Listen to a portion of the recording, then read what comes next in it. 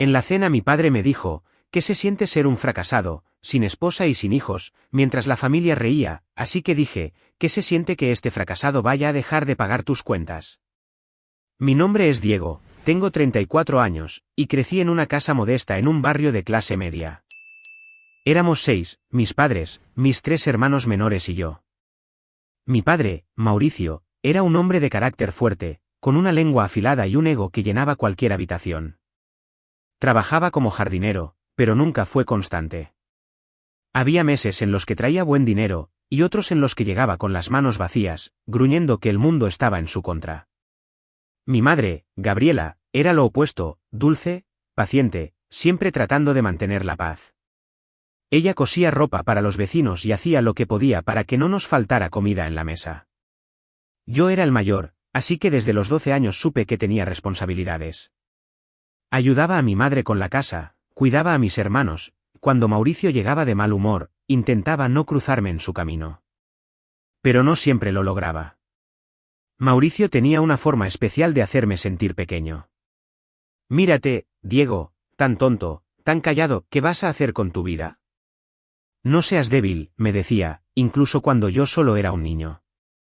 Nunca entendí por qué me trataba así. Tal vez porque era el primero, y él proyectaba en mí todas sus frustraciones. Tal vez porque nunca fui el hijo que él quiso.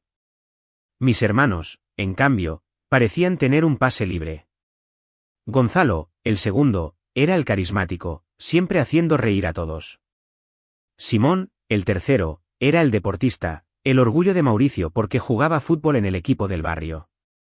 Y Darío, el menor, era el consentido, el bebé de la casa. Yo no encajaba en ninguna categoría. No era gracioso, no era atlético, no era el pequeño que todos mimaban. Era Diego, el responsable, el que siempre estaba ahí para resolver problemas.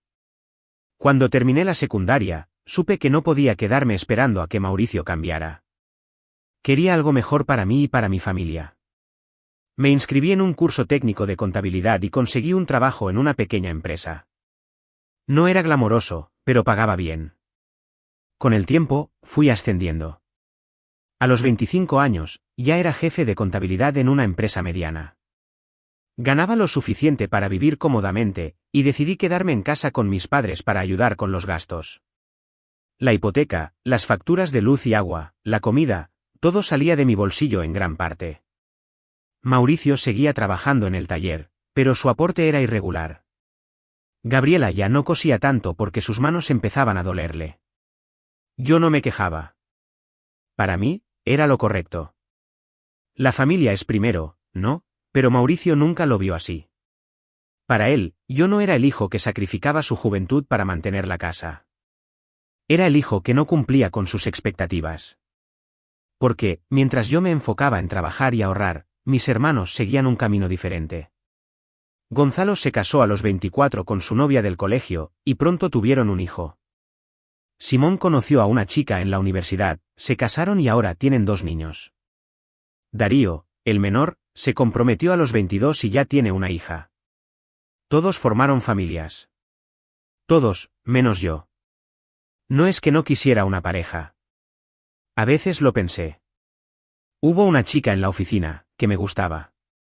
Pero entre el trabajo, las responsabilidades en casa y la presión constante de Mauricio, nunca sentí que tuviera espacio para una relación. Primero la familia, me repetía. Y, de alguna forma, me convencí de que estaba bien estar solo. Pero Mauricio no lo dejaba pasar. Cada vez que había una reunión familiar, sacaba el tema. Diego, ¿cuándo vas a traer una novia? Mira a tus hermanos, todos con sus familias, ¿tú qué estás esperando, a quedarte solo para siempre? Sus palabras eran como puñaladas, y lo peor era que siempre las decía con una sonrisa, como si fuera una broma. Pero yo sabía que no lo era. Con los años, las burlas se volvieron más crueles. Eres un fracasado, Diego. Un hombre de verdad tiene una esposa, unos hijos. Mírate, con tu trabajo y tu dinero, pero sin nada que valga la pena. Yo apretaba los dientes y me callaba. No quería pelear. No quería darle el gusto de verme afectado. Pero cada comentario dejaba una marca. Y mi madre, aunque intentaba suavizar las cosas, nunca lo enfrentaba. Así es tu padre, Diego. No le hagas caso, me decía. Pero yo sí le hacía caso, porque era mi padre. Y, aunque no lo admitiera, sus palabras me dolían. Hasta que un día, mi tía Carmen, la hermana de mi madre, organizó una gran reunión en su casa. Iba a ser algo especial, abuelos, tíos, primos, todos juntos. No era común que toda la familia se reuniera así que todos estaban emocionados. Mis hermanos llevaron a sus esposas e hijos. Mis primos llegaron con sus parejas. Hasta mi primo menor, Lucas, de 15 años, apareció con su novia. Yo, como siempre, llegué solo. La casa de mi tía estaba llena de vida. Había música, risas, niños corriendo por todos lados. Me senté en una esquina, saludando a los que pasaban, tratando de no llamar mucho la atención. Pero Mauricio no me iba a dejar en paz. Desde que llegué, empezó con sus comentarios. Mira, Diego, hasta Lucas tiene novia, 15 años y ya te ganó, dijo, riéndose mientras le daba un codazo a mi tío Roberto. Algunos se rieron, otros me miraron con pena. Yo forcé una sonrisa y cambié de tema, pero sentía un nudo en el estómago. El ambiente se fue calentando a medida que avanzaba la noche. Todos hablaban de sus vidas, los trabajos, los hijos, los planes. Yo escuchaba, pero no decía mucho. No porque no tuviera nada que contar, sino porque sabía que, si hablaba, Mauricio encontraría la forma de girarlo en mi contra. Y no me equivoqué. Llegó la hora de la cena. Nos sentamos en una mesa larga que mi tía había preparado en el patio. Éramos más de 30 personas, todos apretados, pero felices. Antes de que sirvieran la comida, mi tía propuso un brindis. Uno por uno, los presentes se levantaron para decir unas palabras. Mi abuelo habló de la importancia de la familia.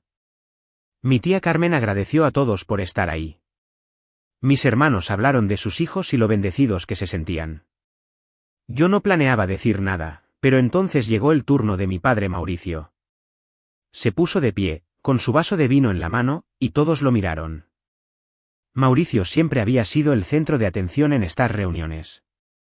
Sabía cómo hablar, cómo hacer que todos rieran. Pero esa noche, sus palabras no fueron para unir a la familia. Fueron para destruirme. Brindo por todos ustedes, empezó, con una sonrisa que no llegaba a sus ojos. Por mi familia, por mis hijos, que han sabido salir adelante, que han formado sus hogares, que me han dado nietos. Por todos, menos por uno. Hizo una pausa y se giró hacia mí. Sentí que el aire se volvía pesado. Diego, mi hijo mayor. Dime, ¿qué se siente ser un fracasado sin esposa y sin hijos? Mírate, 34 años y sigues solo, hasta los niños de esta mesa tienen más vida que tú. La mesa estalló en risas. Mis tíos, mis primos, incluso los niños que apenas entendían lo que pasaba, se rieron. Mis hermanos intentaron contenerse, pero vi las sonrisas en sus rostros.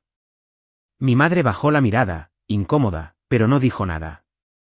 Yo sentí que el mundo se me venía encima.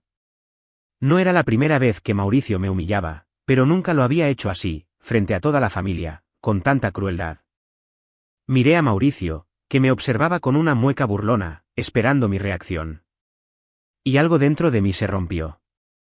No sé si fue la rabia acumulada durante años, el dolor de sus palabras o la humillación de ser el hazmerreír de todos.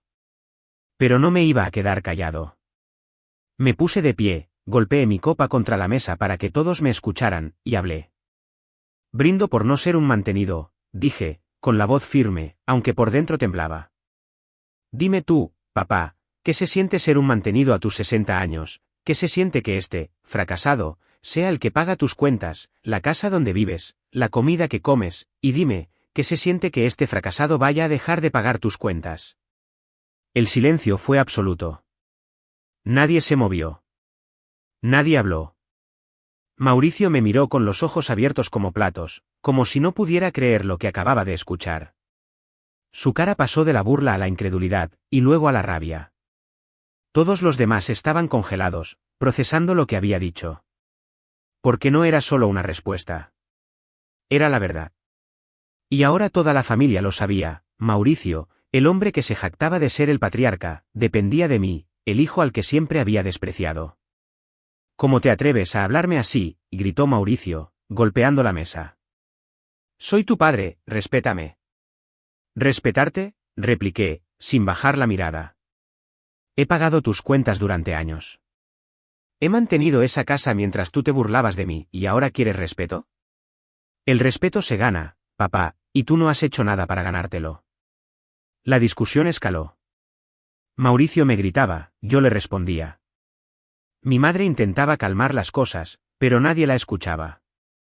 Mis hermanos y el resto de la familia murmuraban entre ellos, algunos sorprendidos, otros incómodos. Finalmente, no pude más. Tomé mi chaqueta, miré a Mauricio por última vez y dije, se acabó. A ver cómo te las arreglas sin mí. Y me fui. Esa noche, mientras manejaba de regreso a casa, sentí una mezcla de alivio y tristeza. Había dicho lo que llevaba años guardando, pero también había roto algo que no sabía si podía repararse. No era solo con Mauricio. Era con toda la familia que se había reído, que había permitido que me humillaran. Decidí que era suficiente. Al día siguiente, cuando encendí el celular vi un montón de notificaciones. Mensajes de mis hermanos, de mi madre, incluso de mi tía Carmen. No los abrí. No quería leer sus excusas o sus intentos de suavizar las cosas. En cambio, hice lo que había prometido. Entré a la aplicación del banco y cancelé todos los pagos automáticos que tenía configurados para la casa de mis padres. La hipoteca, la luz, el agua, el internet. Todo. Fue extrañamente liberador, ver cómo cada transacción se detenía con un clic. Pero también sentí un nudo en el estómago y si estaba yendo demasiado lejos, ¿y si mi madre sufría por esto? Sacudí la cabeza. No. Mauricio se lo había buscado. Por primera vez, iba a dejar que enfrentara las consecuencias de sus actos. Esa misma tarde, mi hermano Gonzalo me llamó. No contesté. Luego fue Simón. También lo ignoré. Darío, el menor, me dejó un mensaje de voz. Diego, ¿qué te pasa, hermano? Todos están hablando de lo que pasó en la cena. Mamá está preocupada. Llámame, por favor. Escuché el mensaje y lo borré. No estaba listo para hablar con ellos. No después de haber visto sus sonrisas mientras Mauricio me humillaba. Pero cuando mi madre llamó, no pude ignorarla. Su voz temblaba al otro lado del teléfono. Diego, hijo, ¿qué pasó anoche? ¿Por qué dijiste esas cosas? Tu papá está furioso, dice que lo humillaste frente a todos. Su tono no era de reproche, sino de preocupación, pero aún así me dolió, porque no mencionaba cómo Mauricio me había humillado a mí, porque siempre era yo el que tenía que ceder. Mamá, él empezó. Me llamó fracasado delante de toda la familia, ¿qué esperaban que hiciera? Que me quedara callado como siempre, respondí, tratando de mantener la calma. Lo sé, hijo, tu papá a veces, no mide sus palabras. Pero eres su hijo. No puedes hablarle así, dijo ella. Sentí que algo se rompía dentro de mí.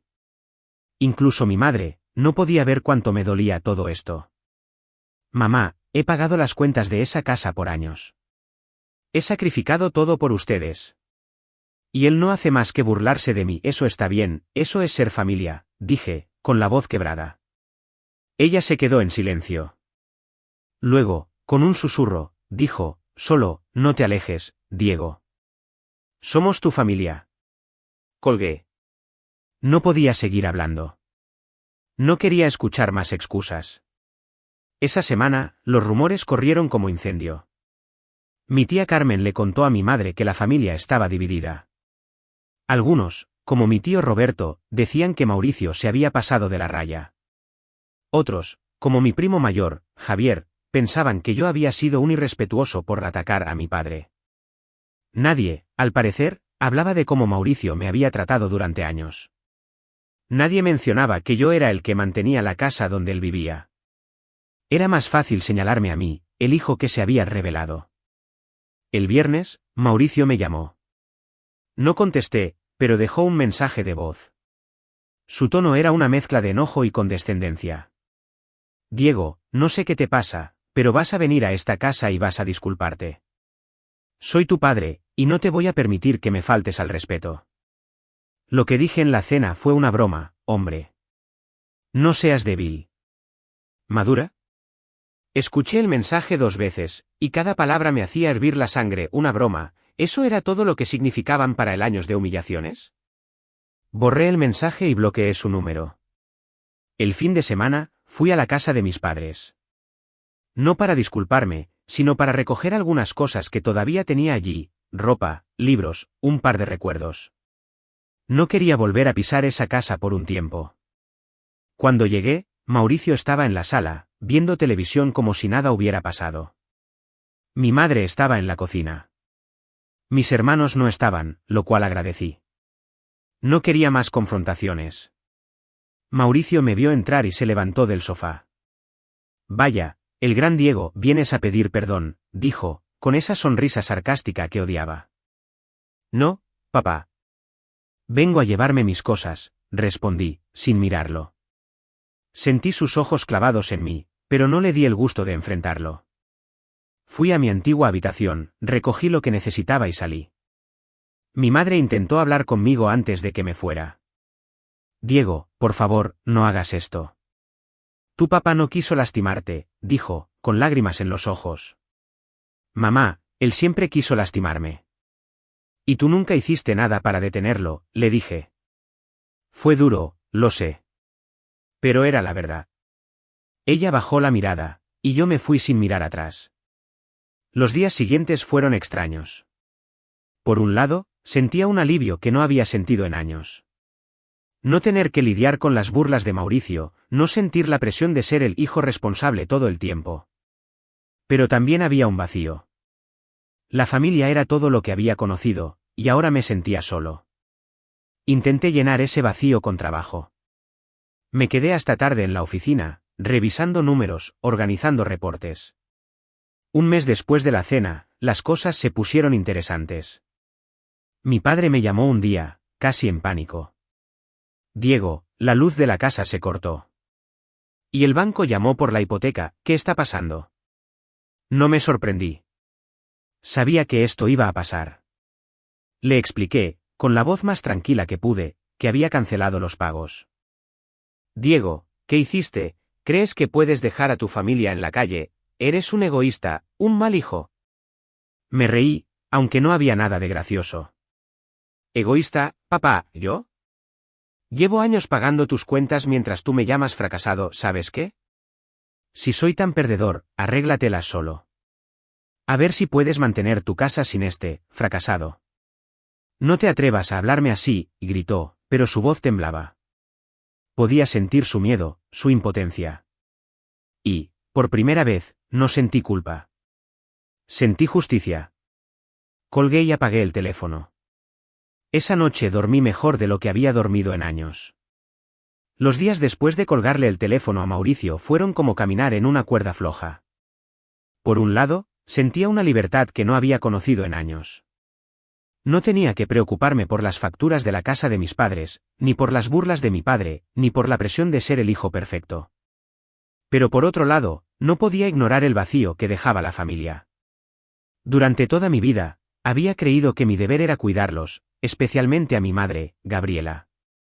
Y aunque estaba furioso con Mauricio, no podía evitar sentir culpa por ella. Estaba pagando el precio de mi decisión. En el trabajo, intenté mantenerme ocupado.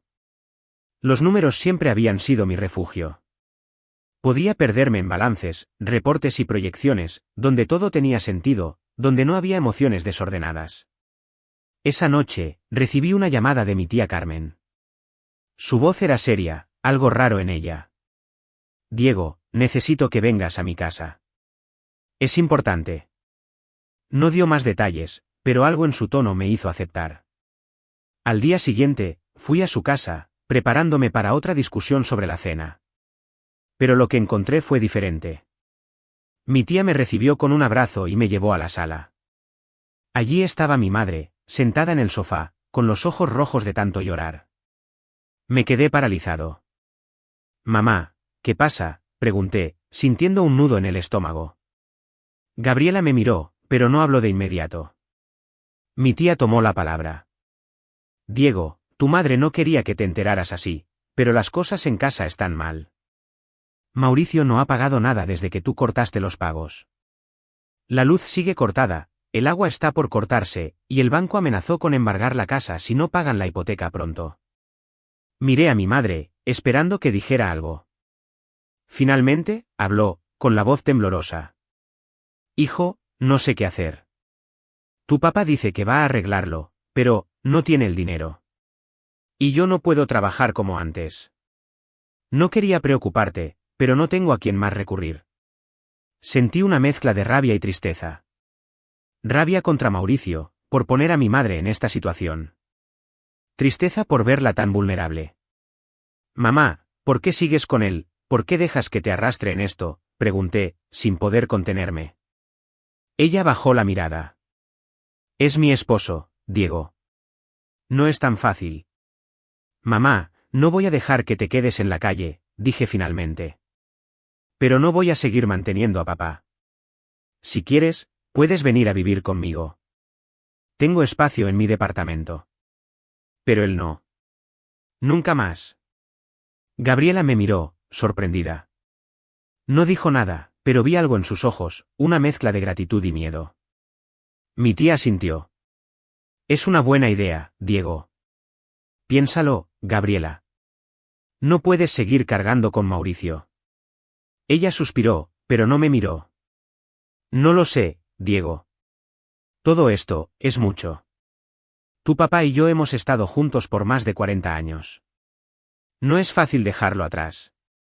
Sus palabras me dolieron, no porque no las entendiera, sino porque aún después de todo, ella seguía pensando en Mauricio. Mamá, él no te valora. No nos valora, cuanto más vas a soportar, dije, tratando de mantener la voz calmada. Al final ella aceptó irse conmigo porque no quería sufrir al lado de Mauricio. Pasaron los meses, pero un día, mi tía Carmen me llamó con noticias que no esperaba. Diego, encontraron a tu papá. Está en un centro para refugiados en las afueras de la ciudad. No tiene nada. Ni casa, ni dinero, ni familia. Fui a verlo, y no es el mismo. ¿Está roto? Hice una pausa, dejando que las palabras se asentaran. ¿Y qué quiere, que lo saque de ahí?, pregunté, con más frialdad de la que sentía. No, Diego. No pidió nada. Solo dijo tu nombre. Creo que, en el fondo, sabe que se equivocó. Pero no creo que tenga el valor de admitirlo, respondió mi tía. Colgué y me quedé mirando el teléfono. Una parte de mí quería ir a ese centro, enfrentarlo, hacerle sentir el peso de todo lo que me había hecho. Pero otra parte sabía que no valía la pena. Mauricio ya estaba pagando el precio de sus acciones. No necesitaba mi intervención. Meses después, mi madre y yo nos mudamos a un departamento más grande. Mauricio sigue en el centro para refugiados, según mi tía. Nadie de la familia lo visita. Mis hermanos, mis tíos, mis primos, todos lo dejaron atrás. Y aunque una parte de mí desearía que las cosas hubieran sido diferentes, la otra sabe que esto es lo que tenía que pasar. Mauricio pagó el precio de su arrogancia, y yo, por fin, encontré mi paz. Suscríbete para más historias diarias.